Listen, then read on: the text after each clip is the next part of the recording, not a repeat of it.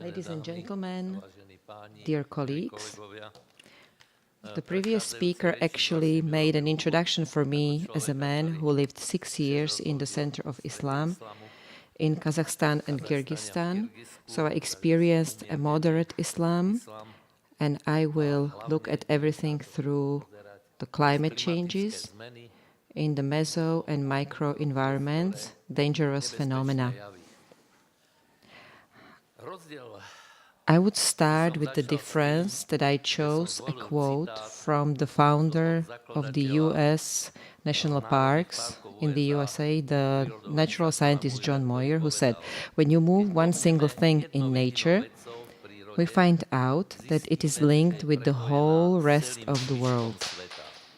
I once explained the principles of how the butterfly can flap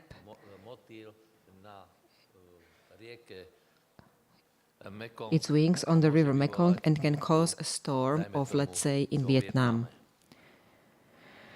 The difference between natural climate changes that have emerged relatively gradually and have lasted thousands or millions of years, the current climate change that we are experiencing, there have been significant changes within 1 or 2 decades. The current warming is not only in terms of absolute size, but also in its speed unlikely to any warm period known in the history. The current climate development of recent years is not natural for the Earth. This is the fastest unprecedented warming within a century, and the trend continues. This finding is in concordance with the theory that the energy potential of the troposphere, the lowest part of the atmosphere, in the last decades has increased, and due to this, it could also be seen an increase of unusual intensive convective phenomena that enter the stratosphere in the European continent, and the Earth's surface is accompanied by severe hail, torrential rain, storms, and tornadoes. But before we move on to those natural disasters, I remember when me, as a scientist and an ambassador, being invited to the committee to solve the problem of the Aral Sea, when I was invited to do an aviation reconnaissance over the river Sirdarya and the river Irtish and the river Amudarya, where we were actually looking for the cause of what was actually happening. It is the area where 70 million people live. The principle that there is less and less water in the area of Central Asia, that today the glaciers in the Tai, Shan and Pamir are already 30% more melted.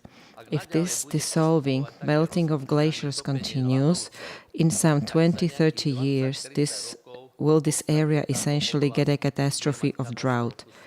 Therefore, when I came back from my mission in Kazakhstan and Kyrgyzstan in 2012, I dealt with an issue of this issue of the Academy of Sciences to be able to slow down the melting of glaciers. I reached for the patent, which I made in 1976, to stop hailing into the Earth's surface and to rain instead. I reached for inorganic clay minerals such as bentonite, smectite, and mormorionite, and I managed to get in a laboratory condition to find out that we can slow down the melting of glaciers, alpine glaciers, with an aircraft, as we used in our slow air when we fertilize soil, fields, and so on, forests, again pests. We could spray bentonite over the glaciers, and its properties could help slow down the ice melting. Now we are working on this project with Kyrgyzstan. So why exactly do we engage in this? When we slow down the melting of glaciers, we actually slow down the migration of people who will not be able to exist in Central Asia for the lack of water. For further migration process, They will have to look for a part of the globe where they could live. Where is no water, there is no life. And this migration is being dealt by our Center for Preventive Diplomacy, which was for years led by our diplomat in Ashgabat. However, we have problems associated with natural disasters. I would like to start with the next. Here is the quote. Here is the part where I talked about climate change. Please, next. Here you have the very last example of natural disasters. There is a August 15th, 2008. What happened in Trenčín. Here are the damages that were done on buildings. And this bottom picture is back in Kalina in Poland, which was caused by the same storm that continued to the northeast. The size of hail fallen was 2 centimeters, and such events have become more frequent. When you look at the next picture, you have an overview of all natural disasters which are. There is the picture of the tornado, which we did not know 20 years ago in Europe. They were only known from the US and the other part of the world. Today we have 5 to 7 tornadoes in the territory of Central Europe. This is one of the most particular examples of how the climate is changing the climate conditions here in Central Europe. But our job is, we tried, we can move on. We have tried at this point. I am one of the founders of radar meteorology. The first weather radar was built in 1972 at Malý Javorník over Svätý Jur. At present, we have the most dense meteorological radar network in Europe. We have 4 weather radars, so to speak, the top class, which are made in Europe at present. It's Selex radar. It is a combination of Italian and German factories. Meteor 735 with 400 kilowatt power output and makes it to the 5 gigahertz band. We have these radars in Malý Javorník and Španělás, near Veľký Krtíš, in Gošovská Hola and Kubínská Hola, so you can see wonderful coverage. But even with that, we are not able to measure the intensity of rainfall, which is lower than 1,500 meters. This means that we measure rainfall over the Earth's surface by rain gauges or ombographs. They have surface area of 50 centimeters square, and we don't receive the exact variable, how much and where it rains. I explained this to students that I have a balcony on the south side and I have a balcony on the north side. Often those spots which I have on the south side are poured by water and I need to water the north ones, and the distance between them is 25 meters. We were looking for possibilities of how we can measure the intensity of these natural disasters in intervals of minutes or seconds and with an accuracy of 100 meters. Let's move on. Colleagues in the Netherlands used the transmitters, what concerns television signals, Wi-Fi, and telephones, and tried to evaluate using these transmitters signals transmission to measure the rainfall. In this way, let's move on. The colleagues in Sweden continued. Mainly the Ericsson company started dealing with this issue. In Slovakia, we have 35,000 transmitters. Thanks to our good relations with the management of telecommunications, we got the exact GPS position and intensity of the transmitted signal. That is, we went to the frequencies from 5 gigahertz to 180 to 860 gigahertz, and then 3 to 5.4 gigahertz. We took data from GPS as well as from mobile network towers, BTS.